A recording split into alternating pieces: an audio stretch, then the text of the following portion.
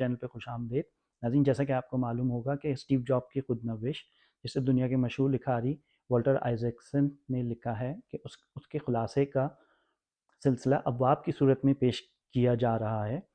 तो ये इस सिलसिले की 12वीं वीडियो है और इसमें चैप्टर 11 का खुलासा पेश किया जाएगा।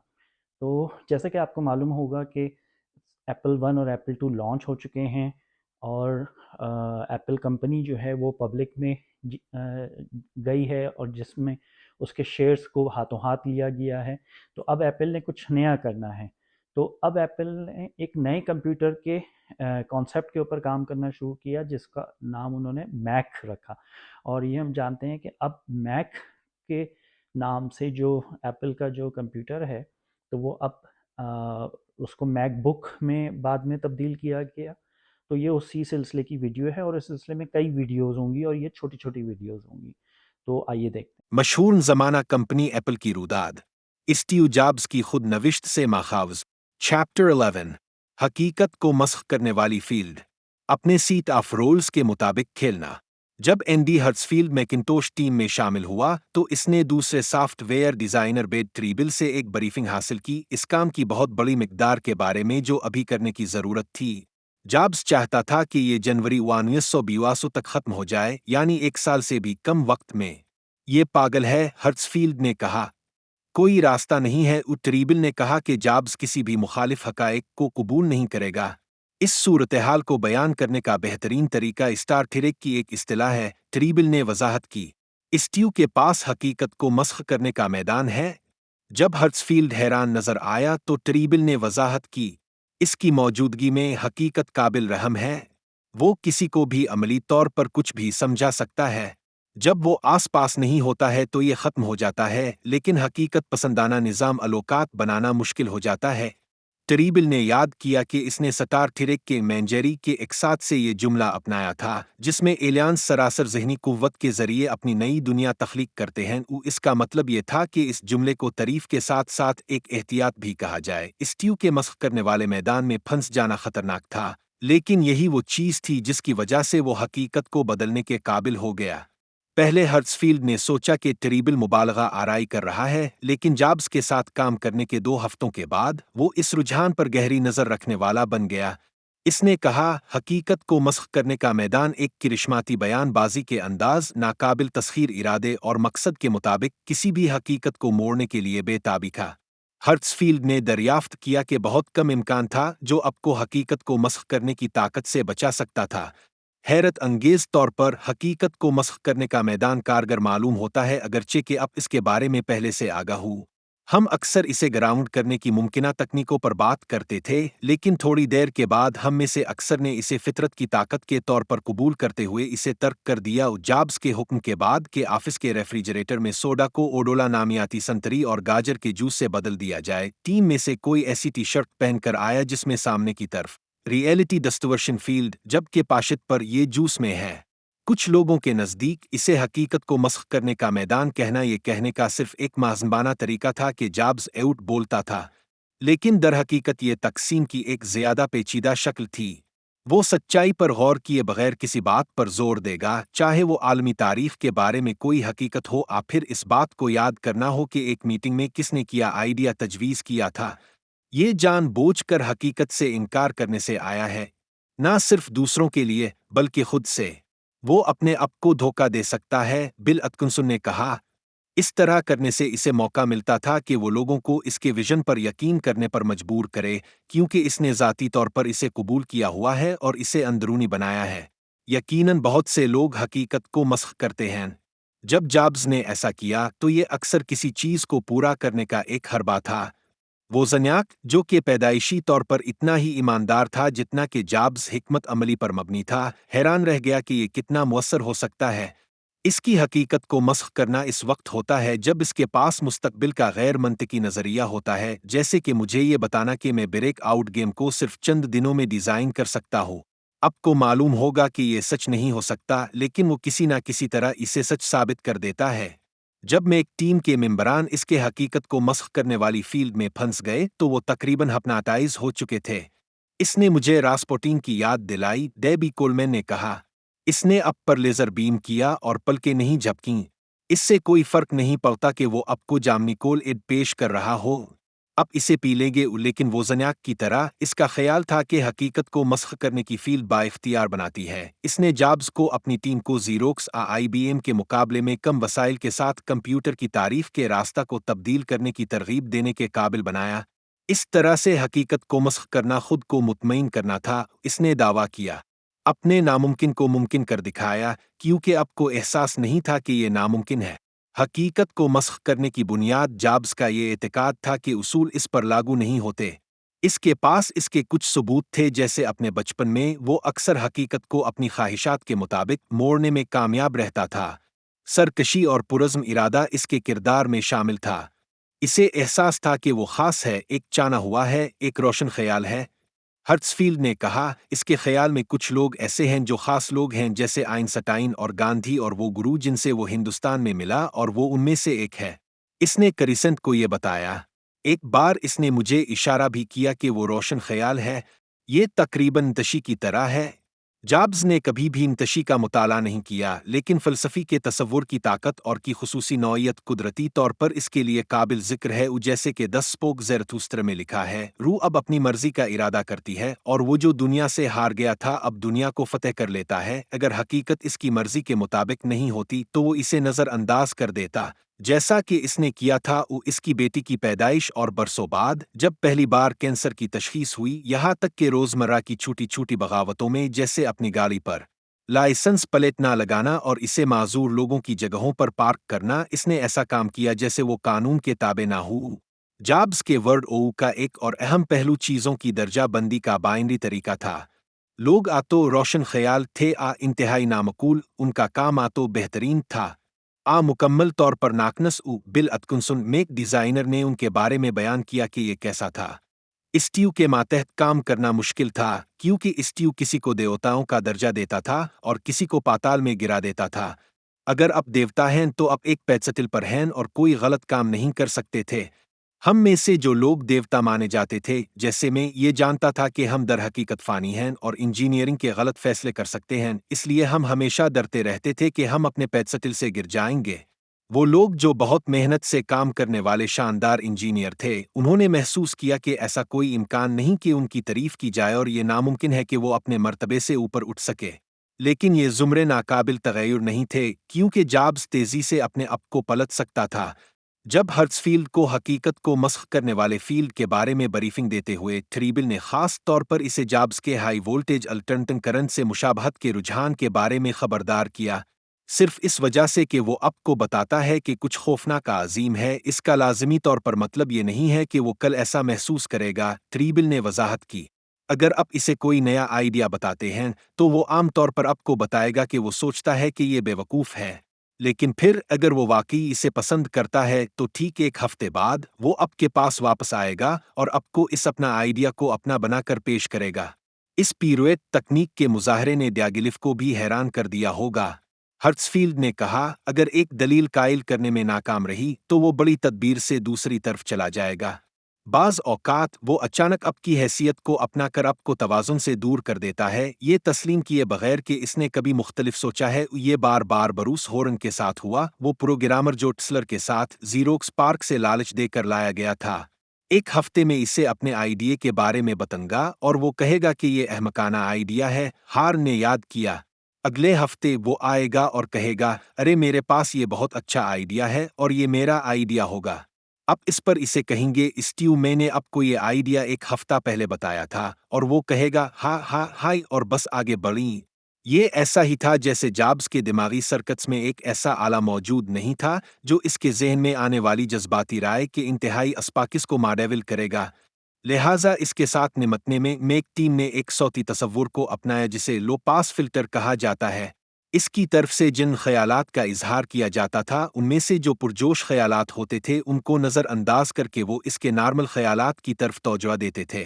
کیا جابز کے غیر فلٹر شدہ روا کی وجہ اس میں جذبات حساسیت کی کمی ہونا تھا؟ نہیں، وہ اس کے برعکس تھا۔ وہ جذباتی طور پر ہم آہنگ لوگوں کو پڑھنے اور ان کی نفسیاتی طاقتیں اور کمزوریاں جاننے کے قابل تھا۔ وہ جذبات طور پر کسی کو بھی حیران اور دنگ کر سکتا تھا۔ وہ وجدانی طور پر یہ جان لیتا تھا کہ کب کوئی اسے بیوقوف بنانے کی کوشش کر رہا ہے اور وہ واقعی کا اچھے جانتا ہے وہ اس کی اس صلاحیت نے اسے لوگوں کو خوش کرنے، راضی کرنے، چاپلوسی کرنے اور ڈرانے میں ماہر بنا دیا۔ جونا ہوفمین نے کہا اس کے پاس یہ جاننے کی غیر معمولی صلاحیت تھی کہ اب کا کمزور نقطہ کیا ہے۔ وہ یہ جان لیتا تھا کہ اب کس بات کی وجہ سے اپنے آپ کو کمتر سمجھی گئے۔ یہ ان لوگوں میں ایک عام خصلت ہے جو کرشماتی ہیں اور لوگوں کو جوڑ توڑ کرنا جانتے ہیں۔ یہ جان کر کہ وہ اب کو دبا سکتا ہے، اب کو کمزور اور اس کی خوشنودی حاصل کرنے کے لیے بے چین محسوس کرتا ہے، اس لیے وہ اب کو بلند کر سکتا ہے اور اب کو پیڈسٹل پر کھڑا کر سکتا ہے اور اب کا مالک بن سکتا ہے۔ ان بوورس جابز کی پرفیکشنزم سے نمٹنے میں ماہر بن گئیں۔ وہ انٹیل میں ہیومن ریسورس ڈائریکٹر رہ چکی تھیں، لیکن اس کے شریک بانی باب نووائی سے شادی کے بعد وہ الگ ہو گئی تھیں۔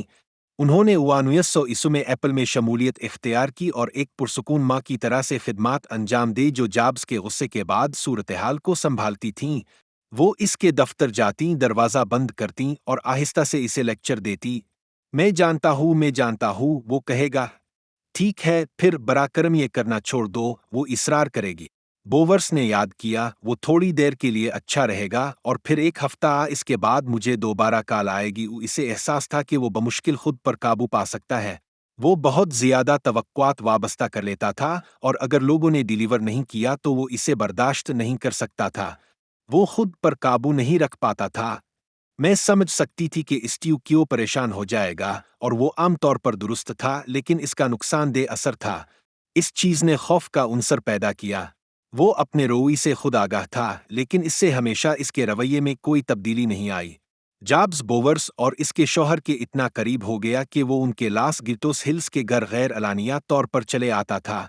وہ دور سے اس کی موٹر سائیکل سن کر کہے گی، میرا خیال ہے کہ اسٹیو ہمارے پاس دوبارہ کھانے کے لیے آیا ہے۔ تھوڑی دیر کے لیے وہ اور نووائس ایک سرگیٹ فیملی کی طرح تھے۔ وہ بہت ذہین ہونے کے ساتھ ساتھ ضرورت مند بھی تھا۔ اسے ایک بڑے باپ کی سی شخصیت کی ضرورت تھی جو باپ بن گیا اور میں ماں کی طرح بن گئی۔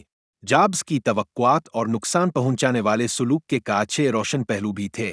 وہ لوگ جو جابز کے ہاتھوں کا چلے نہیں گئے وہ مضبوط شخصیت کے مالک بن گئے تھے۔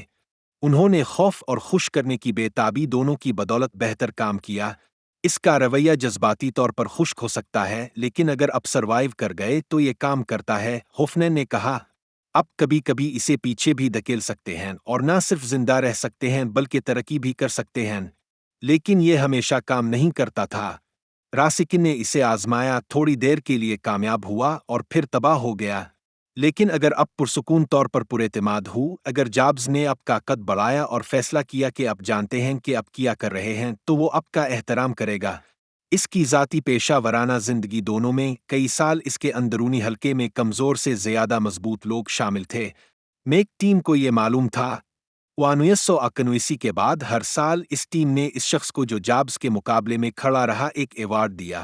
ایوارڈ جزوی طور پر ایک مذاق تھا، لیکن جزوی طور پر حقیقی بھی، اور جابز کو اس کے بارے میں معلوم تھے اور اس نے اسے پسند بھی کیا۔ جونا ہوفمین نے پہلے سال یہ ایوارڈ جیتا تھا، جس کا تعلق ایک مشرقی یورپی پناہ گزین خاندان سے تھا، اور وہ ایک مضبوط مزاج اور قاوتن آرات کی مالک تھی۔ ایک دن مثال کے طور پر اس نے دریافت کیا کہ جابز نے اس کے لگائے گئے مارکیٹنگ کے تخمینے کو بالکل اسی طرح تبدیل کر دیا ہے جیسے وہ حقیقت کو مسخ کر دیتا تھا۔ غصے میں بھری ہوئی وہ اس کے دفتر کی طرف چل دی۔ جب میں سیڑھیاں چڑھ رہی تھی، میں نے اس کے اسسٹنٹ سے کہا کہ میں ایک چاقو لے کر اس کے دل میں گھونپنے والی ہوں۔ کارپوریٹ کونسل الایزنسٹیٹ اسے روکنے کے لیے بھاگتی ہوئی باہر آئی، لیکن اسٹیو نے میری بات سنی اور پیچھے ہٹ گیا۔ ہافمین نے 1982 میں دوبارہ یہ ایوارڈ جیتا تھا۔ مجھے اپنا جونا سے حسد کرنا یاد ہے کیونکہ وہ اسٹیو کے مقابلے پر کھڑی ہو سکتی تھی اور میرے اعصاب ابھی تک اس قابل نہیں تھے، ڈیبی کولمین نے کہا، جو اسی سال میک ٹیم میں شامل ہوئی تھی۔ پھر 1993 میں مجھے ایوارڈ ملا۔ میں نے سیکھا تھا کہ اب جس بات پر یقین کرتے ہیں اس کے لیے آپ کو کھڑا ہونا پڑے گا، جس کا اسٹیو احترام کرتا ہے۔ اس کے بعد میں اس کے ذریعہ ترقی پانے لگی۔ آخر کار وہ مینوفیکچرنگ کی سربراہ بن گئی۔ ایک دن جابز اتکنسن کے انجینئروں میں سے ایک کے کیوبیکل میں گھس گیا اور اپنے معمول کے مطابق بولا، یہ کچرا ہے۔ جیسا کہ اتکنسن نے یاد کیا، لڑکے نے کہا، نہیں ایسا نہیں ہے، یہ در حقیقت بہترین طریقہ ہے، اور اس نے اسٹیو کو انجینئرنگ کے ٹریڈ آف کے بارے میں بتایا جو اس نے کیے تھے۔ جابز پیچھے ہٹ گیا۔ अतकिंसन ने अपनी टीम को स्टीव के अल्फाज का मफहूम समझना सिखाया, यानी अगर जॉब्स कहे कि ये कचरा है तो असल में इस सवाल का मतलब है कि मुझे बताओ कि ये ऐसा करने का बेहतरीन तरीका क्यों है। लेकिन इस कहानी में एक सबक था जिसे अतकिंसन ने भी सबक आमोज पाया। आखिरकार इंजीनियर को इस फंक्शन को अंजाम देने का एक और भी बेहतर तरीका मिला जिस पर जॉब्स ने तनकीद की थी। इसने इस फंक्शन को मजीद बेहतर किया क्योंकि स्टीव ने इसे चैलेंज किया था, अतकिंसन ने कहा, जिससे जाहिर होता है कि आप जॉब्स को पीछे धकेल सकते हैं लेकिन आपको इसे सुनना भी चाहिए क्योंकि वो आम तौर पर सही होता है। जॉब्स के तारश रवैया जुज़वी तौर पर इसकी कमाल पसंदी और उन लोगों के साथ इसकी बेसब्री की वजह से था जिन्होंने वक्त पर और बजट पर मसनूआत तौर करने के लिए समझौता किया था। अतकिंसन ने कहा कि वो अच्छी तरह से ट्रेड ऑफ नहीं कर सका। अगर किसी को अपनी मसनूआत को कामिल बनाने की परवाह नहीं थी तो वो नाकिस थे। मिसाल के तौर पर अप्रैल 1981 में वेस्ट कोस्ट कंप्यूटर फेयर में एडम ओसबोर्न ने पहला हकीकी पोर्टेबल पर्सनल कंप्यूटर मुतारुफ करवाया। ये बहुत अच्छा कंप्यूटर नहीं था, इसमें 5 इंच की स्क्रीन थी और मेमोरी ज़्यादा नहीं थी, लेकिन इसने काफ़ी काम किया। जैसा कि ओसबोर्न ने मशहूर तौर पर ऐलान किया, काफ़ी होना काफ़ी है, बाकी सब कुछ ज़रूरत से ज़्यादा है। जॉब्स ने इस नुक्ता नज़र को इखलाकी तौर पर खौफनाक पाया और इसने ऑसबोर्न का मजाक उड़ाते हुए दिन गुजारे। इस आदमी को ये समझ नहीं आती, जॉब्स ने बार बार कहा। वो एप्पल कॉरिडोर्स में घूमता रहा, वो फिल्म नहीं बना रहा, वो कचरा बना रहा है। एक दिन जॉब्स मैकिंटोश ऑपरेटिंग सिस्टम पर काम करने वाले इंजीनियर लीरी कीनियन के क्यूबिकल में आया और शिकायत की कि इसे स्टार्ट होने में बहुत वक्त लग रहा है। कीनियन ने समझाना शुरू कर दिया लेकिन जॉब्स ने इसे काट दिया। अगर ये किसी शख्स की जान बचा सकता है तो क्या तुम बूट टाइम से 10 सेकंड कम करने का कोई तरीका तलाश करोगे? इसने पूछा। कीनियन ने कहा कि वो शायद कर सकता है। जॉब्स ने एक वाइट बोर्ड पर जाकर दिखाया कि अगर मैक इस्तेमाल करने वाले 50 लाख लोग हैं और इसे हर रोज ऑन करने में 10 सेकंड इजाफी लगते हैं तो इससे सालाना 300 मिलियन इससे ज्यादा घंटे का इजाफा होता है जो लोग बचा सकते हैं, जो कि हर साल कम अज कम 100 जिंदगियों की बचत के बराबर था। लीरी मुनासिब तौर पर मुतासिर हुआ और चंद हफ्तों बाद वो वापस आया और ऑपरेटिंग सिस्टम 28 सेकंड तेज था। अतकिंसन ने याद किया, स्टीव के पास मजमूई हालात को देखकर हौसला अफजाई का एक तरीका था। नतीजा ये निकला कि मैकिंटोश टीम जॉब्स के जज्बा को एक बेहतरीन प्रोडक्ट बनाने के लिए आई, न कि सिर्फ मुनाफा बख्श। हर्ट्सफील्ड ने कहा, जॉब्स ने अपने आप को एक फनकार के तौर पर सोचा और इसने डिजाइन टीम को भी खुद के बारे में इसी तरह सोचने की तरगीब दी। मकसद कभी भी हरीफ को हराना बहुत ज्यादा पैसा कमाना नहीं था। मकसद ये था कि मुमकिन हद तक बेहतरीन प्रोडक्ट तैयार की जाए। वो एक बार अपनी टीम को मैनहट्टन के मेट्रोपॉलिटन म्यूजियम में टिफनी ग्लासेस की नुमाइश दिखाने के लिए ले गया क्योंकि इसे यकीन था कि वो लुइस टिफनी की अजीम आर्ट तख्लीक करने की मिसाल से सीख सकते हैं जिसे बड़े पैमाने पर तैयार किया जा सकता है। बड टेरिबल ने याद किया, हमने अपने आप से कहा, अरे अगर हम अपनी जिंदगी में चीजें बनाने जा रहे हैं तो हम उन्हें खूबसूरत भी बना सकते हैं। किया ये तमाम हंगामा खेजी और बारा रोआ जरूरी था?